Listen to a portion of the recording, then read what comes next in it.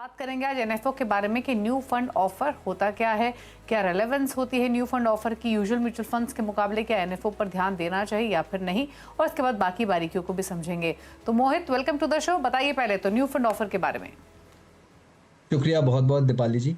तो देखिए, new fund offer एक बहुत ही प्रचलित सा तरीका है मार्केट में, जिसके ज़रिए फंड हाउसेस नया पैसा इकट्ठा करते हैं, नई स्कीम लॉन्च करते हैं।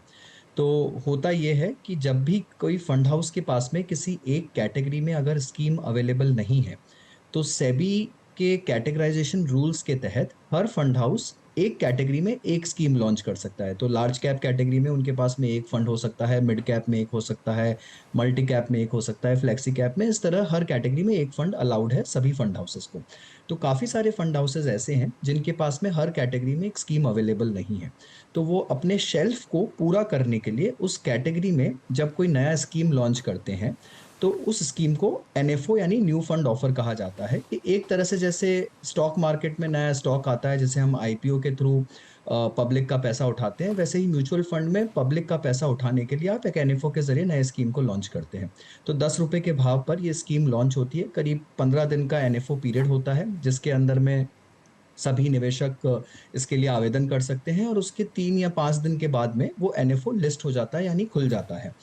खुलने के बाद भी आप उस स्कीम में निवेश कर सकते हैं अगर वो ओपन एंडेड है तो कंपनीज अक्सर एयूएम को शोर अप करने के लिए, बिकॉज दीपाली जी, देखा गया है अक्सर कि मार्केट में आपको जब एयूएम इकट्ठा करना होता है तो एग्जिस्टिंग स्कीम्स में निवेशक इतना पैसा रेगुलरली नहीं डालते हैं। बट जब कभी नया एनएफओ आता है, ये कोई अच्छी नई थीम आती है जो कि मार्केट में पहले से उपलब्ध नहीं है, तो बहुत बार देखा गया है कि निवेशक जोरों शोरों से उसमें निवेश करते हैं।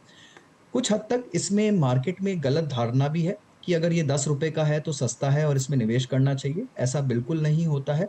पर फिर भी काफी निवेशक है जो इस रुझान में आ जाते हैं कि 10 रुपए का नया एनएफओ आया है, इसलिए मुझे इसमें निवेश कर देना चाहिए, और इसके तहत भी काफी लोग एनएफओ में पैसा डालते हैं।